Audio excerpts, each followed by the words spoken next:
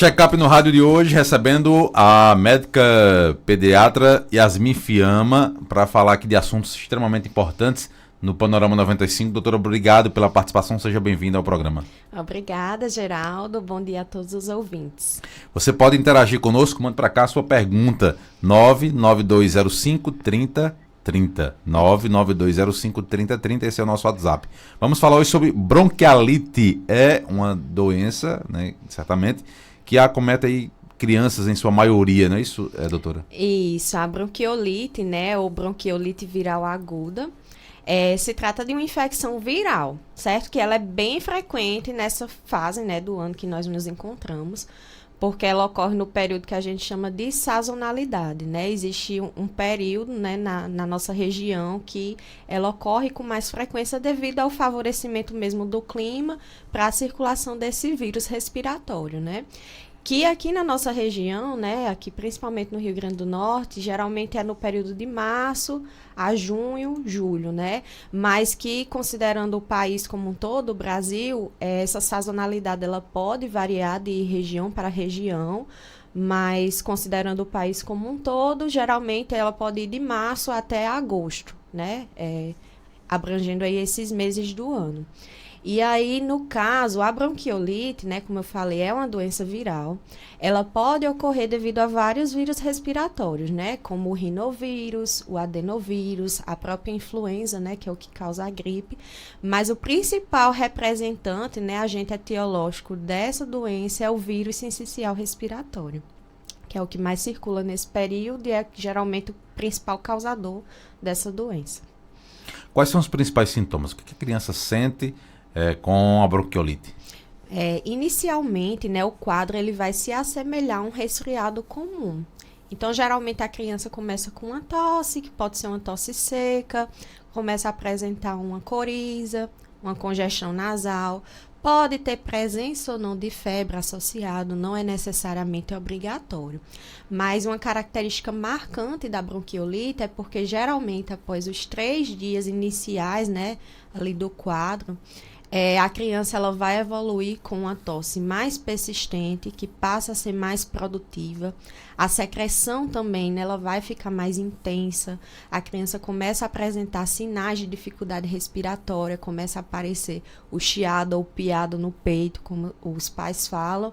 E aí outros sinais de desconforto respiratório mesmo, né? Os pais começam a observar que a criança está mais ofegante, com mais dificuldade para respirar, visualizam melhor a questão das costelas, né, mostrando que há realmente um sinal de desconforto respiratório maior. Pode evoluir, a bronquiolite pode evoluir para um outro problema de saúde?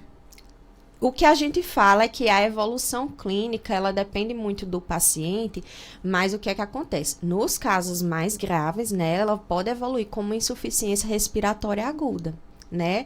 E aí, realmente, precisa da atenção dos pais de começar a observar, né, esses sinais de alarme, né, quando a criança já começa a dar sinais de que está realmente tendo algum sinal de desconforto respiratório, para levar ao atendimento de uma forma mais rápida possível. Porque diante de uma insuficiência respiratória aguda, essa criança ela pode vir, né, realmente precisar ser internada, utilizar de algum meio, né, de respiratório, né, que a gente chama as ventilações, né, ou não invasivas, ou até mesmo ventilações invasivas, né, que geralmente é um suporte mesmo já de UTI.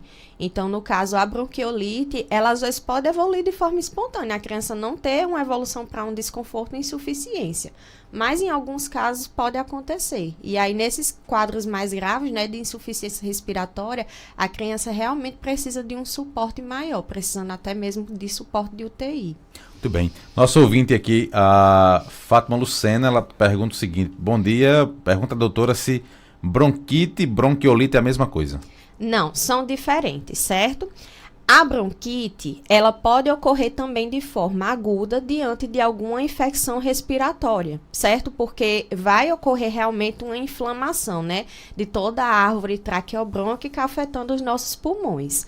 Mas a bronquiolite, especificamente, ela vai afetar principalmente o que a gente chama de bronquíolos, que são as terminações finais da nossa árvore traqueobrônquica, enquanto a bronquite, ela vai afetar mais os brônquios, certo? E aí, ela pode ser aguda, como eu falei, a bronquite, né? A bronquite, ela pode ser aguda, propiciada por realmente alguma infecção, né, respiratória, mas em alguns casos ela pode ser crônica, que são principalmente naqueles quadros de pacientes que já têm algum diagnóstico de base relacionado a alguma comorbidade pulmonar, como por exemplo, pacientes asmáticos, pacientes que já têm alguma pneumopatia estabelecida, pacientes, por exemplo, com fibrose cística, pacientes que já têm algum quadro pulmonar de base. E aí eles podem ter o quadro de bronquite crônica. E são sintomas diferentes também, ou não? Os sintomas, eles podem ser semelhantes, mas no caso da bronquiolite, principalmente, o que é mais marcado é a questão do estado de hipersecreção, que se forma por causa dessa inflamação dos bronquíolos. É uma secreção que ela é muito espessa e é, inclusive, por isso, um dos fatores que a criança fica cansada, porque ela não consegue botar essa secreção para fora, porque está ali mais acumulada na parte final, né, da árvore traqueobrônquica, e isso realmente vai levando ao desconforto respiratório. No caso da bronquiolite, qual é o tratamento? Não há um tratamento específico para bronquiolite, infelizmente, né? O que a gente tem que avaliar realmente é como vai a evolução dessa criança. Então, a gente geralmente vai entrar, por exemplo, com analgésico antitérmico em caso de dor ou febre. Existem algumas medicações que a gente pode lançar a mão para aliviar o cansaço, né? Broncodilatadores, às vezes corticosteroides, mas que não são medicações que, de fato, existe uma evidência, né, de que realmente elas vão melhorar aqueles sintomas. A gente acaba lançando mão para a gente tentar realmente melhorar o quadro da criança, mas não existe, vamos dizer assim, uma medicação específica para bronquiolite. É um tratamento que a gente diz mais de suporte mesmo. E aí, nos quadros mais graves, por exemplo, né, que evolui já com esses sinais de insuficiência respiratória, avaliar ou não a questão da necessidade de internação para suplementação de oxigênio, né, fazer essa oferta desse oxigênio através de algum método de ventilação, seja não invasiva ou mesmo invasiva. Os pais geralmente ficam logo preocupados e levam para o atendimento médico, mas há algum procedimento que o pai ou a mãe possa fazer em casa ou necessariamente apareceu os sintomas, deve levar ao médico?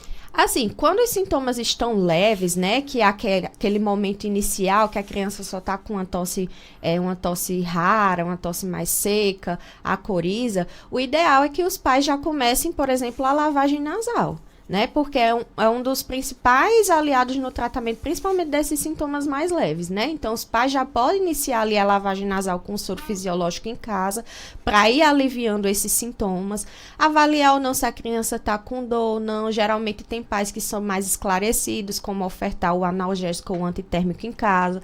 Se for o caso, eles já podem iniciar, né? Se eles tiverem esse esclarecimento, já podem iniciar em casa e ficar atentos a esses sinais de desconforto respiratório, porque aí se realmente a criança começa a tossir de uma forma mais frequente, a tosse passa a ser uma tosse mais cheia, mais produtiva, os pais começam a observar que a criança está tendo um chiado no peito, é interessante de fato levar para o atendimento médico. Inclusive essa questão da lavagem com soro nasal, falamos aqui sempre com os demais médicos, é um aliado extremamente importante. Isso, é super importante, né? A lavagem nasal. E não só no momento da doença, né? O ideal é que nós, como população em geral, a gente adotasse a lavagem nasal como um hábito mesmo não de higiene criança, pessoal. Né? O ideal é que a gente, né, estando saudável, mesmo sem coriza, mesmo sem congestão nasal, a gente deveria realizar a lavagem nasal pelo menos uma vez ao dia. E aí, nesses casos das crianças, né, que se encontram em momento de doença, o ideal é fazer essa lavagem nasal de forma mais frequente, né? Mais vezes ao dia, quando vê que realmente está aumentando ali a secreção nasal, já fazer a lavagem, né, para evitar que tenha uma piora dos sintomas como um todo. Muito bem. 992053030. Bom dia, doutora. Meu filho tem asma, já faz uso da bombinha e gostaria de saber se toda vez que estiver com crise grande e com a tosse cheia, há necessidade de entrar com antibiótico e raio-x, ou nem sempre há necessidade. Já faz uso de xarope para expelir a secreção e também antitérmico quando tem febre. E aí? Certo. No caso dos pacientes asmáticos, né, quando eles estão na crise, existe um tratamento que a gente chama de plano de crise, que geralmente a gente faz esse plano de crise com o uso do broncodilatador, que é uma espécie realmente de uma bombinha, né, que faz com auxílio de máscara, espaçador, a gente recomenda, né, uma quantidade de jatos, a depender da faixa etária do paciente. E aí, esse broncodilatador, a gente pede para, no momento da crise de asma, a gente fazer de uma forma mais frequente, né? Existe o que a gente chama de ataque, que a gente pode fazer os jatos de 20 em 20 minutos até 3 vezes, pede para os pais mesmo olharem se o paciente teve alguma melhora. Se não teve uma melhora significativa, já leva para o pronto atendimento, mas se deu uma melhorada, aí já pode ir espaçando mais um intervalo, geralmente 2 em 2, 4 em 4, 6 em 6, até o paciente ir melhorando dos sintomas no geral. E no caso dos pacientes asmáticos, a gente também pode entrar com um corticoide, certo? Que pode ser feito já via oral em casa, os pais já podem iniciar, mas isso é especificamente na crise da asma, certo? Sendo que o que é que acontece? Os pacientes asmáticos, eles podem ter uma crise de fato exacerbada, né? Os sintomas da asma, eles são exacerbados, gerando a crise por alguma infecção. E aí é interessante que, mesmo que os pais consigam controlar minimamente os sintomas em casa, eles depois levem a criança para uma avaliação para entender por que essa criança entrou em crise, né? Por que esses sintomas da asma se exacerbaram. E aí, de fato, a gente tem que fazer uma investigação. Mas não é de praxe que a gente vai entrar com antibiótico, nem precisar, por exemplo, fazer um raio-x. Geralmente, a avaliação mesmo só de exame físico, pelo médico, a gente já consegue ali ter alguns sinais clínicos para a gente entender o que foi que causou a exacerbação da asma. A gente só vai entrar com antibiótico se a gente tiver evidências, né, suficientes para dizer que aquela exacerbação foi devido a uma infecção bacteriana, que é para isso que a gente usa os antibióticos. E aí, a depender do estado clínico do paciente ou não, do critério do médico que avaliou, a gente pode pedir um raio-x de tórax, mas não é obrigatório. Geralmente, o importante é você levar para a criança ser examinada, que examinada é auscultar a criança, principalmente, né? Ver frequência respiratória, né? Ver oximetria e entender o que é que a criança está tendo que gerou essa exacerbação. Muito bem, a pergunta foi feita aqui pela nossa ouvinte Joelma Costa, ela está agradecendo aí a resposta da doutora Yasmin. Nada. Tem mais ouvinte agora em áudio, vamos ouvir. Bom dia, Geraldinho. Gostaria de saber aí da doutora, quando a criança está com a tosse, tipo pulmão de borracha, aí a mãe disse, não, é alergia. Tá, e a pergunta foi da dona Rita, eu nunca ouvi falar o termo de pulmão de borracha, mas é novo aí. É a primeira vez que eu tô escutando esse termo também, mas é bom que a gente aprende, né? Sim, é verdade. Assim, no geral, tosse em criança sem nenhum outro sinal ou sintoma associado, pode ser algum processo viral, mas que é um processo viral ali leve, que geralmente a gente recomenda o quê? Lavagem nasal. Pra gente tirar a secreção, né, que possa ter ali na cavidade, né, nasal, e que às vezes por gotejamento, que a gente diz, essa secreção ela cai pra garganta e vai estimulando a tosse, e aí com a lavagem a gente consegue controlar.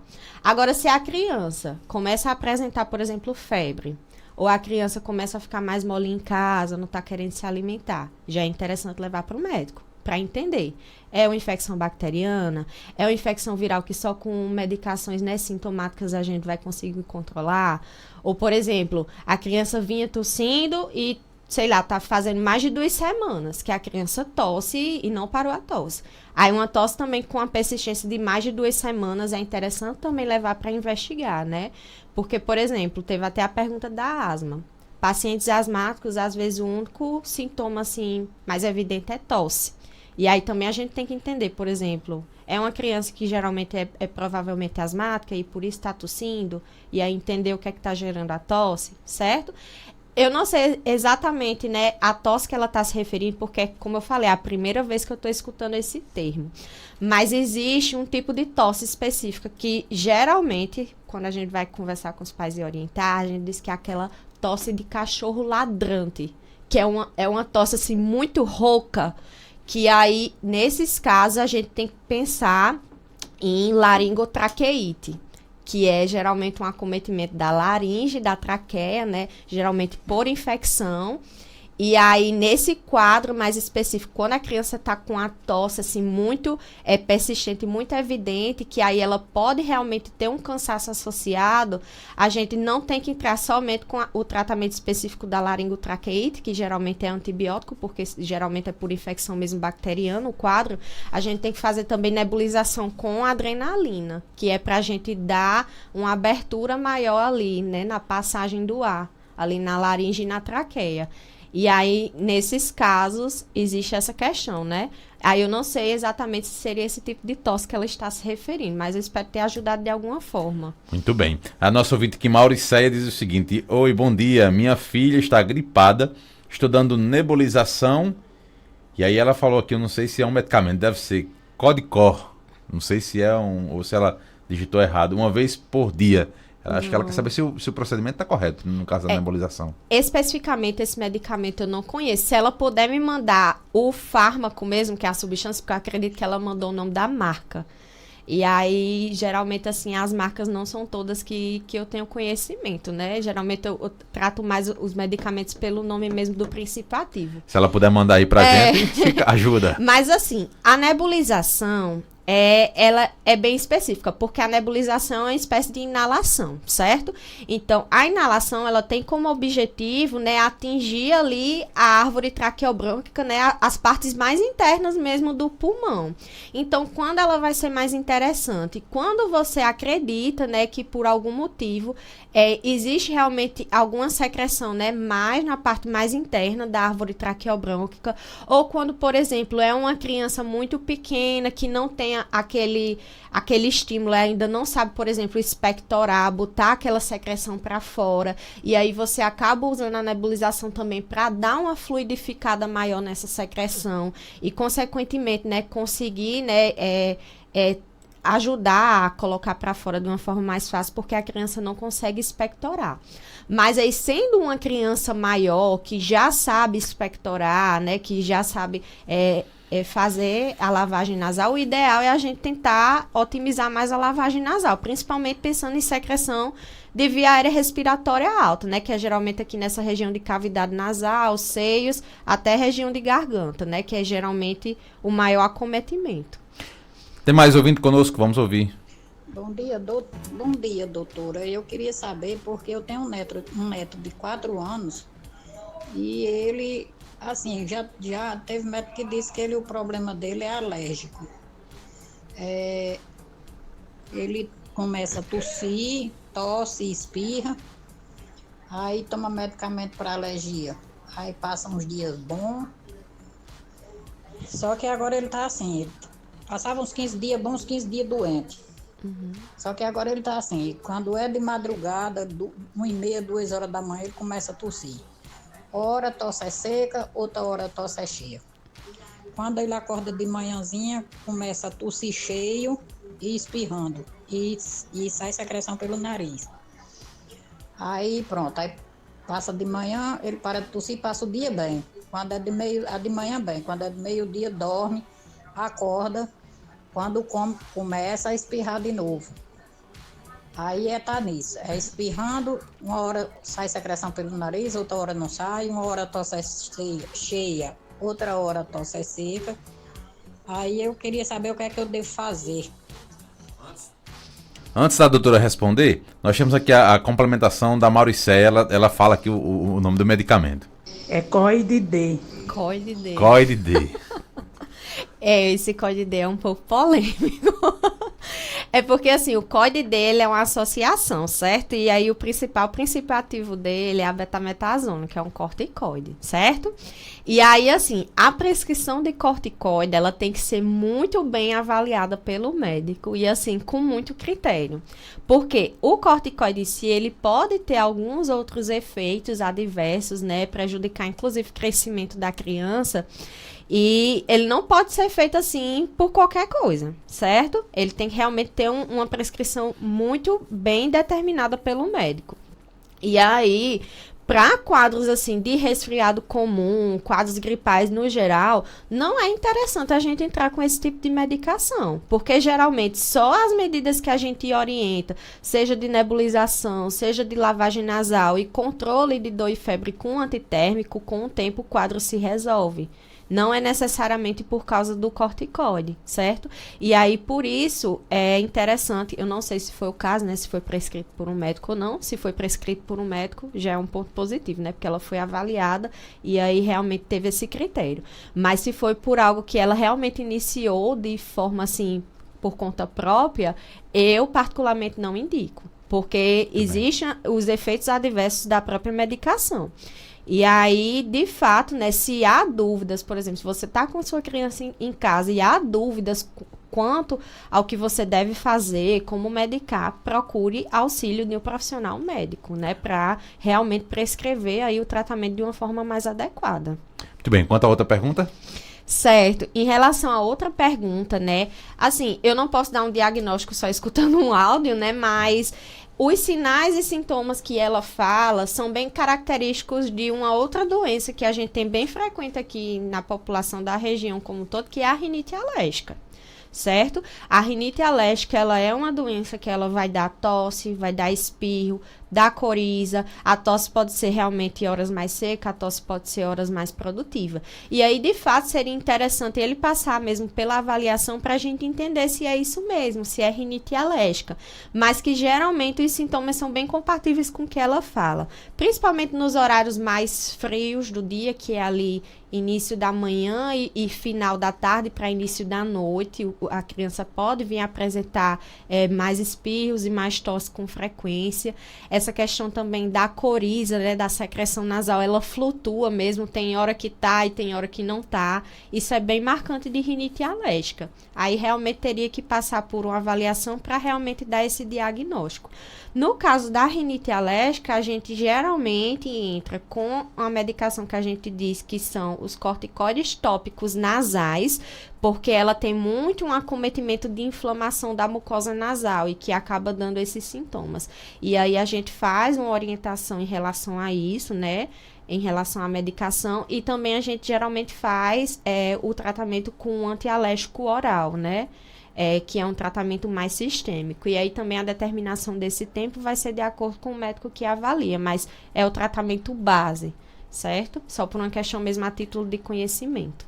Doutora Yasmin Fiamma é médica pediatra, atende no Instituto Penedo, que fica na Rua Maria de Fátima Gomes, 1260, bairro Penedo, aqui na cidade de Caicó. Doutora, obrigado pela participação e até a próxima. Obrigada, Geraldo, fico disponível aí. Queria só aproveitar também aqui a palavra final, né, para reforçar a questão das medidas de prevenções, que não só em relação à bronquiolite, né, em relação à circulação desse vírus, que é o sincicial respiratório, mas como também em relação aos outros vírus, né, que causam essas viroses respiratórias no geral.